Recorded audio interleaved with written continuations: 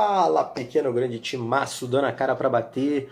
Nós aqui de volta para aquele bate-papo com cafezinho quente, eu com o meu, você com o seu. E aquela ideia que vale ouro, né, pessoal? Gera valor, que agrega valor para todos nós aí. O papo aqui nunca é furado e sempre traz algo que nos faz crescer, não é verdade? Antes de mais nada, muito obrigado a todos aqueles que toda vez que a gente traz um vídeo, tá interagindo, tá dando feedback, tá trazendo elogio, tá trazendo ideia. Por favor, não pare, é isso que nos motiva a parar, tirar um tempinho, estudar sobre o assunto, dar uma aprofundada para trazer aqui para vocês da melhor forma possível, tá? Que agregue conhecimento e faça diferença aí para vocês, tá bom? Muito obrigado. Se você está curtindo o nosso canal, se inscreva. Tá aqui, é facinho, é só apertar. Vem fazer parte desse time legal que agrega valor. Se você tá gostando do conteúdo, tá te agregando, né? Dá o like, coloca aqui, faz toda a diferença. A gente chega cada vez mais longe e a gente consegue aumentar mais ainda esse time aqui que já está fazendo toda a diferença.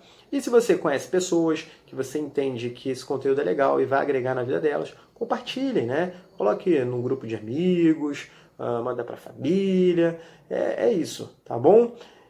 Você vai estar ajudando o canal, você vai estar ajudando essas pessoas e a gente vai estar nos ajudando. Essa é a missão do canal, trocar, agregar e crescer, não é verdade? Vamos para o assunto de hoje, que ninguém aqui está ficando mais jovem. Assunto de hoje é a continuidade da composição do nosso checklist. Lembra lá? A gente falou de dividend yield e payout, que você já sabe analisar e olhar esses dois indicadores. Dando continuidade a isso, hoje a gente vai falar de dívida, grau de endividamento de empresa, quando que ele é sadio e quando ele não é sadio. E se você ainda está pensando no que eu falei anteriormente, dividend yield e payout, dá um pulinho lá e assiste esse vídeo, porque vai fazer diferença que esses vídeos são complementares. É só olhar aqui embaixo que eu deixei a descrição aqui no canal, deixei o linkzinho aqui na descrição do canal, tá bom? Então a gente continuando aqui falando sobre dívida.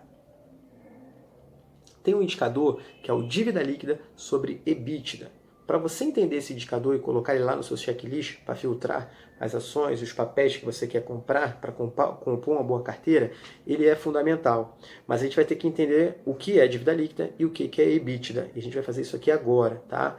Dívida líquida, ela é o resultado de caixa de uma empresa menos a dívida bruta. Aí a gente chega ao resultado de dívida líquida, tá bom? Então, pessoal, imagine uma padaria e que você é o dono dessa padaria. E aí você chegou à conclusão, você viu lá no seu livrozinho contábil que você tem uma dívida bruta de 100 mil reais. E aí você tem um caixa, que você guarda ele ali numa conta poupança, numa conta corrente, indiferente, mas você tem um caixa, que é a geração de lucro, valores ali que você reinveste na empresa, você gera esse caixa aí. E você agora quer pagar toda essa dívida bruta. Só que essa dívida bruta é de 100 mil reais. Você viu lá no seu livro contábil. Você já tirou um extrato, o saldo da sua conta, e você viu que você tem 80 mil. Então você tira esses 80 mil e paga tudo que você pode pagar. Ok? Vai sobrar ali 20 mil. 100 menos 80, 20 mil. Então você tem uma dívida líquida ativa de 20 mil reais. Então é a sua dívida bruta menos o seu caixa, você chega na sua dívida líquida. Fábio, se fosse ao contrário, ok.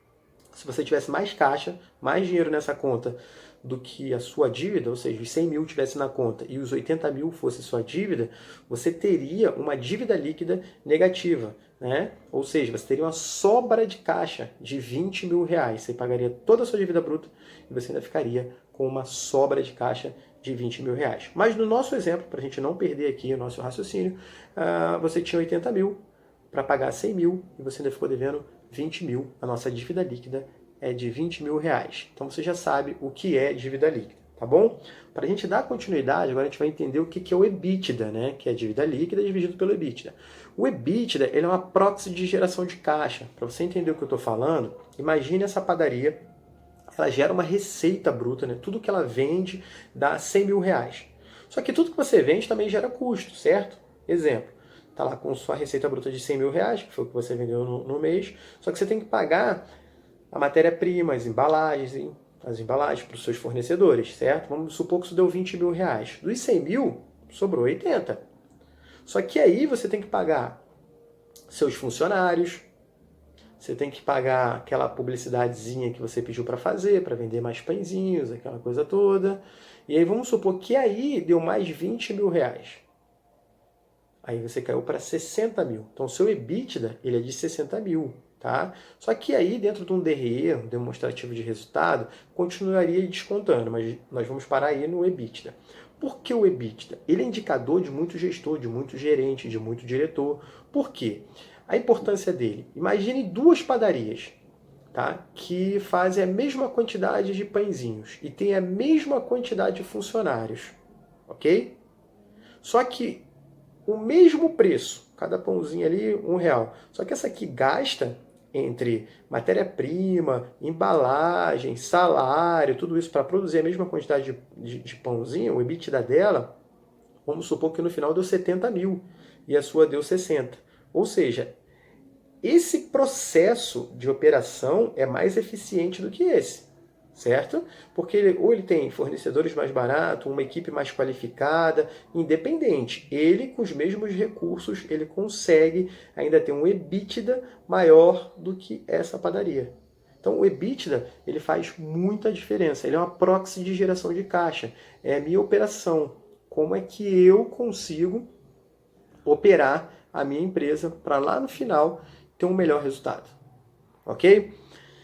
Ele traduzido para o português é lagida, é lucro antes de juros, impostos, depreciação e amortização. O que eu quero dizer?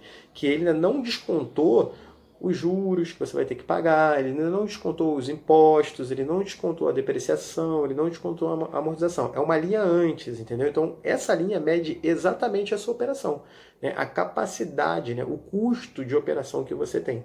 Então, o EBITDA, você acabou de aprender o que é. E no final desse vídeo, pessoal, a gente vai estar falando sobre um conhecimentozinho a mais para a gente absorver melhor esses conceitos, tá bom? Não deixa de assistir até o final, não. Então você vai pegar agora a sua dívida líquida, que é de 20 mil, lembra? 80 menos 100. E vamos supor lá que 60, a sua padaria, perdão, ela gere de EBITDA mensal 5 mil reais. Tá? Depois que ela paga salário, depois que ela paga material, depois que ela paga tudo isso. Então a gente vai pegar 20 mil e dividir por 5. Vai dar 4. Tá bom? Então, o que isso quer dizer, Fábio? Quer dizer que você precisa de 4 caixas, gerar 4 caixas, 4 gerações de EBITDA para pagar essa sua dívida. O mercado entende que é saudável 2,5 até 2 gerações de caixa para pagar a dívida. Tá? Alguns bancos colocam isso em contrato para algumas empresas. Então, como é um indicador muito utilizado no mercado, é um indicador muito importante para você ver. Tem analistas, investidores que aceitam até 3, aceitam empresas um pouco mais alavancadas e um pouco mais endividadas. A média do mercado é 2,5. Você tem que entender o seu perfil, entender um pouco mais da empresa que você está investindo, tá? Para você botar essa régua. 2,5 é uma régua de mercado, ok? Então, pessoal, você já sabe aqui o que é dívida líquida e o que é EBITDA. E se você dividir um pelo outro, o que você tem que encontrar, tá bom? Já pode entrar no seu checklist para você estar podendo aí selecionar empresas, ok? Continuando, nosso segundo indicador é dívida líquida sobre patrimônio líquido, tá? Dívida líquida a gente já sabe o que é. Patrimônio líquido é aquele aporte, né? Aquele valor colocado pelos sócios, pelo proprietário, pelos acionistas na empresa. Esse é o patrimônio líquido, tá? Então, quando você divide dívida líquida sobre o patrimônio líquido, o que você está olhando aqui é o seguinte: qual é a dívida líquida em cima do valor da empresa. Se essa dívida líquida, se esse resultado for maior que 100, quer dizer que sua dívida líquida ela é maior do que o patrimônio, do que a empresa, né? Dentro da contabilidade. Então não é legal.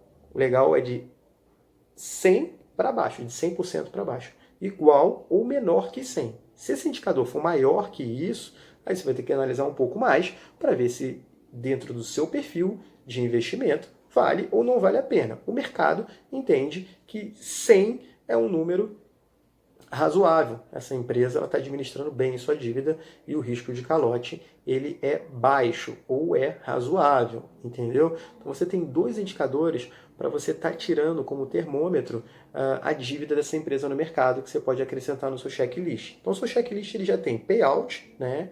Qual é a parte que essa empresa vai dividir com você do lucro dela. Você sabe o que é dividend yield, qual é a participação desse lucro em cima do papel que você pagou.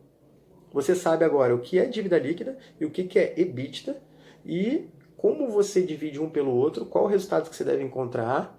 Você também sabe dívida líquida sobre patrimônio líquido, né? Que são dois indicadores aí de dívida que você pode dar uma boa olhada para saber o grau de endividamento da empresa. Então a gente está conseguindo avançar e seu checklist está ficando cada vez mais encorpado, tá bom? Então, pessoal, por hoje foi isso. A gente vai falar agora daquela nossa pesquisa que eu falei. Tem muito a ver sobre o conteúdo que a gente está falando e vão vir outros indicadores aí também, que são super importantes. Eu quero saber se eu já trago para vocês contabilidade para investidores, que é um cursinho que eu vou colocar ali também, com vários vídeos, aula 1, aula 2, para esse bate-papo aqui continuar fluindo e ele continuar agregando valor para vocês.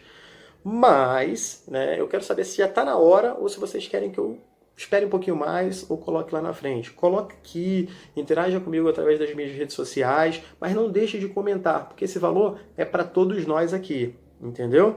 Então, pessoal, conto muito aí com essa interação de vocês, com esse bate-papo aí que a gente está tendo aí ao longo do canal, tá bom? Para ajudar a construir cada vez mais essa ideia aí que a gente começou, ok?